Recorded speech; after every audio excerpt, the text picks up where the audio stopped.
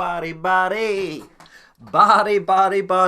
Ferguson. Hello everyone, this is CJ992 and today we're back for another brand new video and we've not got much to talk about tonight. Oh god, we can laugh now, but for a lot of it felt like it was soon to be my 13th reason, but somehow, some way, Rangers managed to rally from 2-0 down behind at Rugby Park, statistically our second worst stadium to go to in Scotland in terms of wins, gone down so early, being in the mess we are, having to shuffle the back four, confidence is in the gutter, but there was a calm, cooling influence in that dugout who made the big decision that had to be made. Wasn't he Mr. Nice Guy? Wasn't he the popular thing? Made the big decisions, put the pieces in play, and the pieces, to be fair to them, responded with a truly fantastic 4-goal comeback.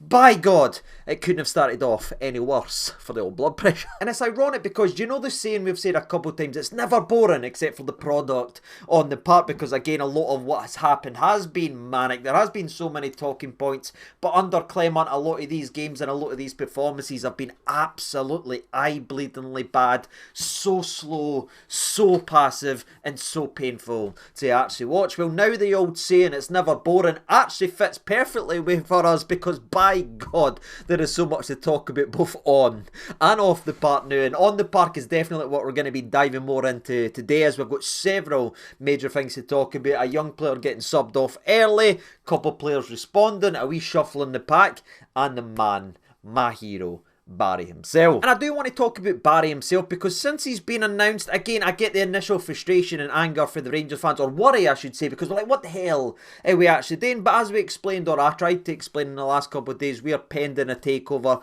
This is maybe the smart move. It just keeps us ticking along until the new owners come in, the new ownership can come in, and they can pick who's going to be the guy to lead us going forward. We just need somebody in that dressing room to try and spark something into what has been a lifeless Rangers side, and to use whatever time he is given, again till the end of the season, to try and make an impact and try and make a name not only for himself but for the players on the old park as well. And I was excited to see what Barry could actually do, but honestly, since he's been announced, some of the coverage and some of the stuff out here and saying has been absolutely scandalous. There is so many people and so many journalists that were dying for Barry to get the old scants built down today so they could go ahead and roast the guy. You know what I mean? The headlines were already written. They were raring to go, hoping this man would fail. And what I absolutely love the day is the way that the game actually unfolded, right? Because the starting 11, what it was what it was, I should say. You know what I mean? There's not too much we can actually do right now because the injuries. Again, Danilo is just Kamaru 2.0. We can't play him on a plastic part because of his injury history. I'm glad we keep that tradition, you know what I mean? Nobody will use several players for playing on a plastic part, right? But so the rest of the team was pretty much what we actually had. There wasn't a like ripping of the squad and ripping the armband off. It was sort of status quo now. Let's see what we can actually do. Let's see if there's a spark, and there was zero spark in the game because there were zero repercussions from actually failing under Clement. Could you look at the starting 11, you look at the way we started, it was just strolling, the players were sleepwalking, so Barry had to go ahead and do something, because the face-to-face interviews, what everybody can say at Auchenhowie behind the old scene, sitting with 1v1, oh, I'm going to do this, oh, I'm going to do that, oh, I really care. All that mouthwork that goes on behind the scenes was shown up to be very, very empty, and that's what previous managers haven't learned, right? So he tried to do the nice thing, he tried to give everybody a chance, and he went into the game of football saying, right, you've all said the right thing, go out and do it. And did they do that, ladies and gentlemen? No, it took a massive spark of an early substitution and a fit up the jacksy for this Rangers team to go, oh wait now, I better actually get my stuff in order, or I'll be next ripped off. And I really don't think we should go ahead and overlook it. Now again, some people are saying it would have been McCann, it would have been this, it would have been that, but again, I'm not going to fall for the whole brains behind the scenes, you know what I mean? Michael Beale to Steven Gerrard.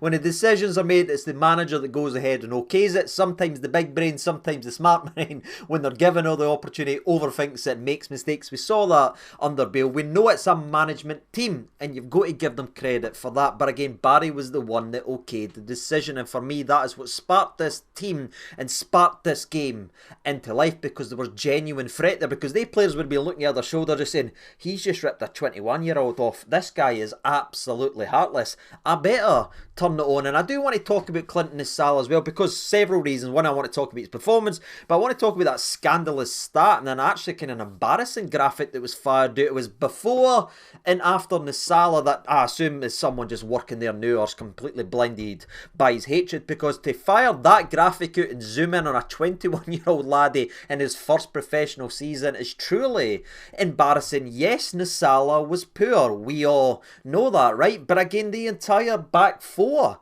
was poor. Is anyone in the comment section below sharpening the knives about talking about Clinton Nisala going to say that Proper was any better? No, it was a complete shambles of a backline, but what went in the favour of Robin Proper is his availability to play both right centre-back and left centre-back, and it's the latter moving to the left that allowed Tavernier to go in and make the substitution that had to be made regarding Ridvan. So it was almost a wee bit of unluck that it was Clinton Nisala. It was nothing personal, it was all business, and it just made sense to go ahead and do it. And again, the shuffle in the pack went ahead and worked. It was a big call so early on, 2 days into the job at Rangers, in complete mess of what we're actually seeing. And the guy that he went ahead and brought into the game, Ridvan Yilmaz, ends up stabilising the back line and actually be directly involved in the third goal that really changed this game in the favour of Rangers grabbing an assist. No bad for someone who's clueless and out of his depth. He might not be the greatest manager of all time, and he might not end up being the greatest tactician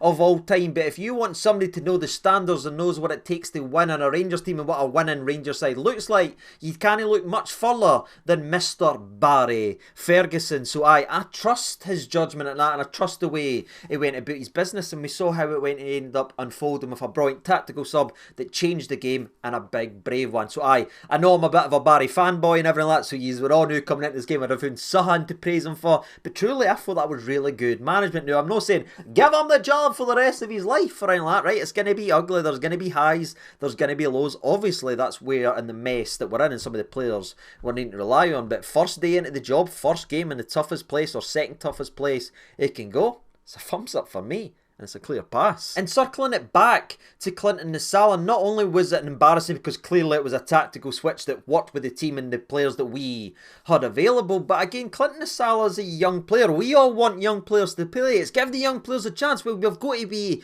accepting of these types of performances and these types of spells and these types of run. If you want young players to be given an opportunity, there's going to be highs that we're all quick to sing about and judge and everything like that and praise them up and build them up to hear, but when they also then equally make mistakes and get inside their head a wee bit and need to learn to get better, we can't just discard them and be like, oh God, that guy is absolutely brutal. You know what I mean? If we want young players to play, this is how it's going to go, and it's the same for Nisala, it's the same for Jeff, it's the same for Igaman. This is what's going to be happening. If we want young players to play, they're going to hit the heights, absolutely, but they're also going to hit the old gutter at some point too, and it's got to be us to continue to back them and trust them in these situations to bounce back. And I think Clinton Nisala will bounce back. Again, he's clearly in that rut right now, but it's not the first time I've seen a Rangers player ripped off after getting mauled in a game of football. The likes of Fernando Rickson was ripped to shreds in an old form, ripped off, and everyone, oh, you'll never play for us now when you're good enough. And he went on to have a very, very good career for Rangers, and there's plenty other names as well. And again, I just see it as a good place for us to be, that we're trusting the young players. And what I actually liked is, if you notice in the full-time whistle, who did Barry go to first? Straight to Clinton Nisala to explain the decision for him, and I think he's really got somebody there that is a leader, amen, that will speak to him, and I really hope his head doesn't go, because I imagine there's going to be a lot more good days than bad days. But aye, was he poor on the day? Aye. Could it have been any of the back four? Aye. But was it probably fair? It was Nisala? Aye. And it all worked out. That's what it is. It's never personal. It's a business, and this business is winning, troops. It's no popularity contest. It's no Mr. Nice Guys or anything like that. It's about making the big decisions for this club.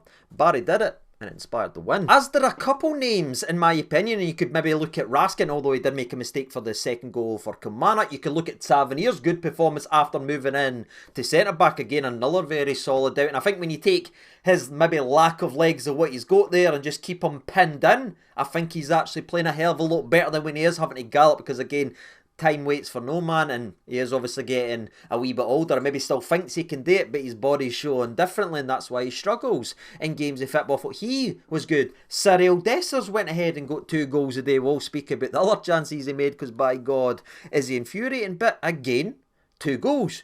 Cerny, big in the moment as well. But there is one name that I don't think I've mentioned too much, but I'd actually argue this is maybe his best performance in a very long time. But the guy that really stood out to me for a lot of things in this game, and actually off the park, which we will speak about, is Diomande. I thought Diomande was great. His weight of passing, his positioning, his work rate, getting stuck in and doing the hard yards. That's about his best I've seen Diomande play a very, very long time. And you saw a great clip of Barry Ferguson giving him the praise, and I said, that's my boy, that's my boy. And every single time Rangers scored, Diomande running up to Barry Ferguson to get a wee bit of praise and see what he's got to say, like a dad at Sunday League standing at the sidelines, and his son goes ahead and scores. Right, job, and he'll be like, am I doing well, Dad? That's what it looked like. And by God, if Diomande's got both ears open listening to Barry, he could really kick on to be a good player, because you can't learn from much better midfielders in and around Scotland that's done it here before than the old Barry Ferguson. But I just wanted to give Diomande a shout. Again, he is quick to get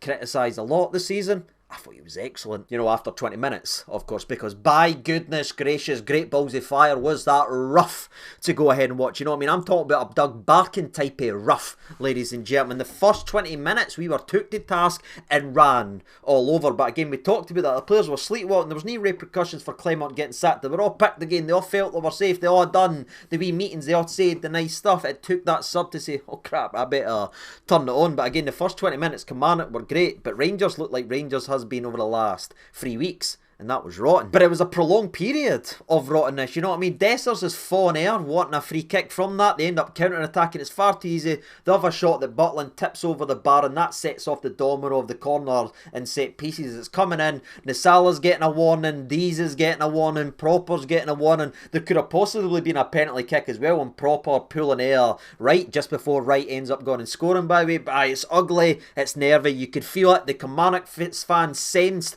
not only were we a wounded animal coming into this game and we were very vulnerable and low of confidence, but they could sense through the way they started the game, Kilmarnock was up here and we were just going through the old motion. So it wasn't a matter of if Kelly was going to score, it was when. And what a surprise, it ends up being a corner kick as it comes in brilliantly, but at the same time, Proper's on his arse looking up like that, and Wright's got a free header to tuck it in to the back, and it's shocking for Proper, weak as anything, you know what I mean? A bit as useful as toilet paper in water, completely falls apart. Wright's goal and easy tapping, and it's 1-0. But it's a familiar story. What was more sickening is that it was Nasala and Raskin, but especially the latter. Raskin really let me down in this point, right? Because Nasala's sort of struggling here. He's getting a bit roughed up. He's obviously a bit low in confidence. Watkins is all air him and everything like that, right? But he does there. He gets it, headers it down, gives it to Raskin, and Raskin just tries to blindly pass it backwards whilst everyone is around him. It's a shocking pass for Raskin, but again it goes to Lyons, and Lyons scores brilliantly from the on reach of Butland, who's nowhere near. It's a gorgeous goal, but again I always look at this from a Rangers perspective. That is shocking for Raskin, and I've given him a lot of praise, and I thought he was great the rest of the game, but he just needs to get that wee switch. Has that been tuned in at them too much? They always try to pass backwards, man. He's got there, he could do a turn, he could play it there, tries a blind pass back to Nasala, who again isn't fully confident. Kilmarnock read it, score a brilliant goal, and again the first 20 minutes Kilmarnock were absolutely outstanding, so much that it could have been free as Watkin then misses a sitter, gets pulled back, although the offside flag goes up. No sure if it actually is. Shocking miss for them after Armstrong picks him off in the middle, and then a couple minutes later they have another golden opportunity. You're talking about 25 minutes in this game. It could and probably should have been 4-0. Seriously. And then the manager goes ahead and makes the big decision that needed to be made and puts his stamp down and lets everybody know everyone's on borrowed ground. The young player gets subbed off. Oh, it's a shame, all that. Still, Rangers, but this is the standards we need. This is the heartlessness of what it takes to win. Nay, Mayor, Mr. Nice Guy. Love it, ladies and gentlemen. And again, we've already talked about it length, but it did spark a bit of a response. And again, where Kilmarnock were starting to pile people forward and really try to put the dagger in to the Rangers' heart, we started to play some passes. Again, Diomande started on the swivel, Raskin started to get the ball, Egerman started to hold it off, even though he did sort of tire away in the second half and wasn't as great. But first half, he was one of the outballs there, turning his man, giving it to Cerny. Couple wee ifs, couple wee maybes. And both of them really came from the right through of Egeman. The first one ends up being a nice bit of play from him down the right hand side, whips in the cross, comes back to Hadji, we flick on, Tav's there inside the box. It's Egeman, isn't it? But Tav's there, he headers it up and in the air, but Egeman watches it, tries a wee bit the Palo Di Canio if you get that finish, and it's a wee sort of kick volley, and it's a brilliant save. Boharan Yankee, God, can it not just go in for this young lad? And then a couple minutes later, he's as strong as an ox, running down that right hand side. I actually think here this could be a penalty, and it's one of those questions that comes up because the player's clearly got him right, he's pulling him down, but Egeman's strong, so he doesn't go down to the ground. I think if that's a winger, or if that's saying they're dropping like a stone and they're possibly getting a penalty, but Egeman remains on his feet despite his shirt nearly touching the old black bits in the plastic park, holds on, gets his heads up, picks out Dessers for a tap in, and Dessers can't put it into the back of net after brilliant defending from right, I should say. But at the same time, man, just roll it underneath and score a goal we badly needed at that time. But again, at that point, Dessers wasn't sharp, you know what I mean? He's like the Bash Brother, the original Bash Brother for the Mighty Ducks. He requires 1 in 5 to get himself going, and then when he's up there, he's good. But it takes him a while to get there, and at that point I was thinking that is a chance, and at that point I'm feeling rotten for Egeman, who kind of feels and looks like Cole Palmer right now, just says, what more can I do? It's no fun for me. But where he could have worked himself up or went into his shell, he ends up taking a brilliant first touch, playing it into Diamandi whilst taking a Syrian shocking challenge as well. By the way, he's right on the halfway line, go back and watch it. Brave touch, they come in, absolutely nail him. Diamandi then with a gorgeous through ball to Cerny. Cerny looks up, sees Dessers, be like, nah, you're alright mate, and tucks away brilliantly for his 15th goal of this season, which again has been a brilliant season for Cerny individually. And he's again, if we could take some of the pressure off him and we didn't require to kick it every time to spark us into life, if he had somebody on the other side, maybe not only would his numbers be better, but maybe he would be fresher and he'd make less mistakes. But we're so overly reliant on him, it's very reminiscent of the first couple of years of Ryan Kent. We just never had that balance on the other side. But again, brilliant finish for Cerny, we badly needed it. And again, it's another big goal for Cerny when the chips were down and we really needed a goal. You know what I mean? You talk about leaders, you talk about attitude, you talk about mentality. Cerny, for all his faults, is again sparking this team back into life when we needed it. And it's got to be said that Cerny should have got an assist a couple minutes later again, because Rangers are ramping out. Diamandi and Raskin just spinning their men, just being very good, fast footballers up here. I'm talking about no sprint on it, but just up here. They can see the picture. Neymar having to pass here to here to here to pass here, here, back to here. It's one turn, it's switch, nice wee pass in. It ends up doing 3 back heels. One of them's Egeman to Dessers to Cerny. Then Cerny runs through, plays a beautiful ball to Dessers. Dessers has a shot, but it's dreadful again, and straight at the goalkeeper, which was again another major opportunity. Now the offside flag goes up, but it's never offside, so if you'd put it in, it would have been given by VAR. But a major opportunity again. But I'm sitting looking, being like, right, I see the football here. Right, I see this attacking thing working, because again, it's no given time for Kilmarnock to sit back in that low block. They still fancy their chances versus a weak line in the defence for Rangers, rightly so, because we are so bad back there. So they're committing a wee bit men forward, and instead of slow everything down, we're going fast enough, we're catching them off guard and letting them settle. It's beautiful. And the second half comes, and it was a big half-time speech by Barry Ferguson and the boys to get them up, raring to go. And clearly it worked, because the second half continued where it ended in the first half. There wasn't a dip, there wasn't a layoff, there wasn't a slow. You know what I mean? Sometimes we would play well in the first half, then fall off a cliff. Sometimes it'd be the other way. But we started to play well after about 20 minutes, and we kept that consistently going until we had the second goal. Tavernier whips in a corner, it falls to Dessers. Figure a wee bit mistake for right here as well. But anyway, Dessers headers it down, maybe hits off the goalie's arse and everything like that, but that doesn't keep bothering me. That's no own goal, that's no nothing. That is a CD number 9 goal, and clearly you saw what it meant to him, because look at Dessers before and after the goal. No being able to hold anything up, missing clear-cut opportunities, being an absolute frustration, to get in that, maybe that wee bit of luck you need with the header hitting off the goalie and going underneath him, to then holding it up, then the beautiful wee touch, then the wee building up the play. I thought Dessers was great after the goal and after the 52nd minute of the old game. But again, that is 2-2, and at that point again, you're just feeling it for Rangers, and it's not been that way for a long time. Even when we did bring it back in some of the games versus maybe St Mirren or Motherwell, there was times, or Dundee United, there was times we brought it back, but then we'd slow back down and try to gain control the old statistics, and I'm like, that wasn't nothing. Anyway, it was forward, forward, forward. It was trying to commit, it was trying to get forward, and that's what this team needs to be. And playing forward and playing quick is exactly how we get our goal. Round about the 60th minute of the game, the ball goes to Ridvan Yilmaz, who hits a pass that Kevin De Bruyne would have been proud of. Takes it, just skips in front of CD9, and CD9, I actually thought he just, you know what I mean, just rattled it, but he actually hits it with the inside of his foot. It's a gorgeous finish for Dessers that again comes from the confidence of already having a goal and getting those nice wee touches. Brilliant finish for Dessers, brilliant ball for Ridvan, and the wee left back that Barry Ferguson subbed on to play right back in a game that was a complete 2-0 down and looked dead and buried is now the goal that tipped us over that edge to start looking like, instead of 1 point, letting it be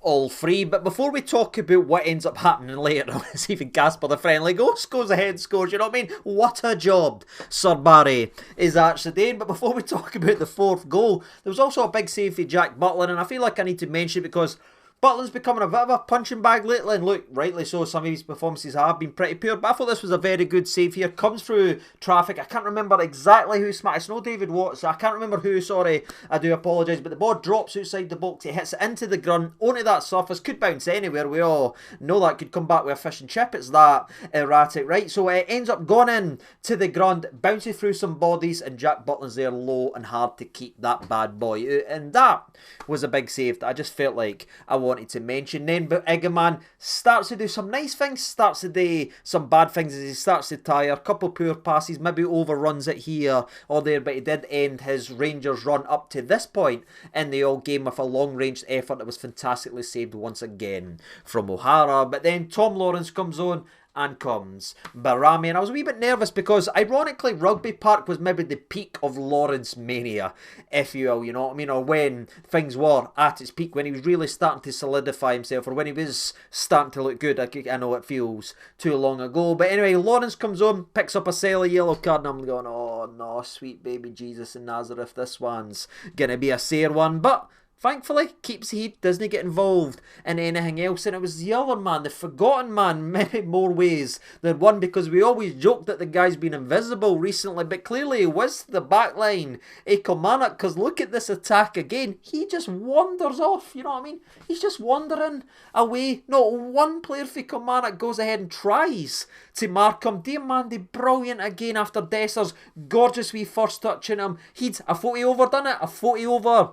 He sort of dragged on the ball, but he manages just to play a beautifully weighted ball into Barjami. Now, it's a great shot. No, it goes underneath the keeper, ends up bouncing in the top corner. But we talk about confidence and we talk about belief. That boy's is through the flare. You know what I mean? That's sitting there on the beach in Australia. That's how bad this guy goes ahead and feels about how he's been recently playing. But that could be a big goal for Barjami as well. Say what you want about him. He's came on and scored, and that deserves a wee bit of praise. Hopefully it kicks him into life, because we saw what a goal done to Dessers' his performance. Could this then be, again, if Barjami has got his ears open, and if he is willing to learn, he's got a pretty good couple of players in that dugout there that could help him along, and Barry had a wee decent eye for a goal. Not a great eye for a goal, but could maybe help him in situations, where to go, where to be, when to time his run.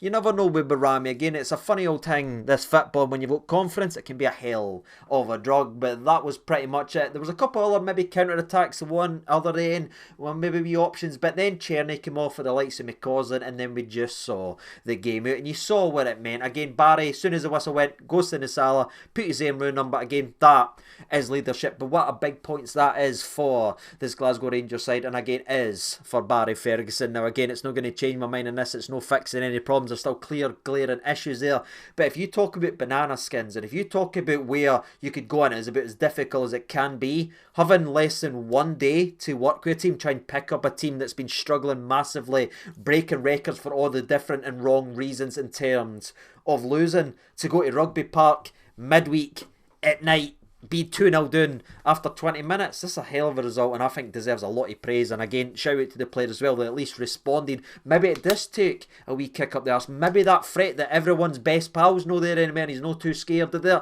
That was a big decision he made, and again, he is going to get a lot of flack for it, or maybe a lot of conversation, but because it worked, he'll get a lot of praise, and that's what we need. somebody in that dressing room. Kilmarnock was like that earlier on in his days, you know what I mean, when he took Cantwell off when he didn't think it was working right or anything like that, but then he lost that and he sort of became his best pals with all the players and everything. That's not what we need. We need a leader in there. We at least got one a day, and hopefully that continues. But I am a happy man. I didn't need to moan. I didn't need to be upset about my hero being let down by a bunch of players I wouldn't trust to pack up my messages at Tesco. Thankfully, they responded, and I'm going to sleep very, very happy. What about you? Let me know your thoughts and opinions down there in the old comment section below. And what stood out to you? Who was your man of the match? And are we all singing Barry Ferguson? I think a lot of us actually are. But until next time, I've been CJ92. Thank you so much for watching. All the best, and bye-bye.